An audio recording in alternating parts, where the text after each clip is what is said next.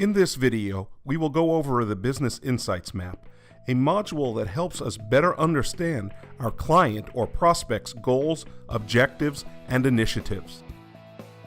Welcome to Sales Optimizer's Account Optimizer dashboard. First, search for the module and click on the name to open it up.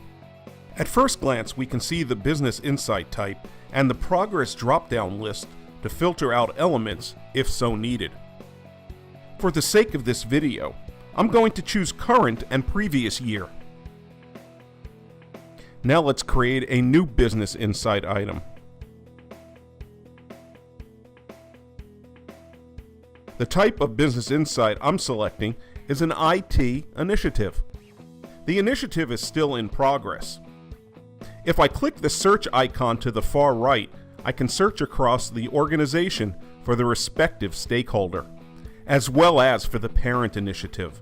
Finally, we'll add a description to give out further details, and then click Save.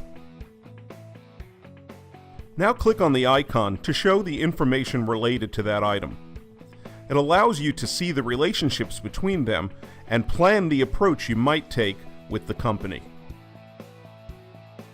Finally, if you scroll down, you can see a list view of all of the insights that you have gathered. You have the ability to sort the information on any of the columns by clicking on the column's name or header. If you have any questions, please feel free to contact us at salesoptimizer.com.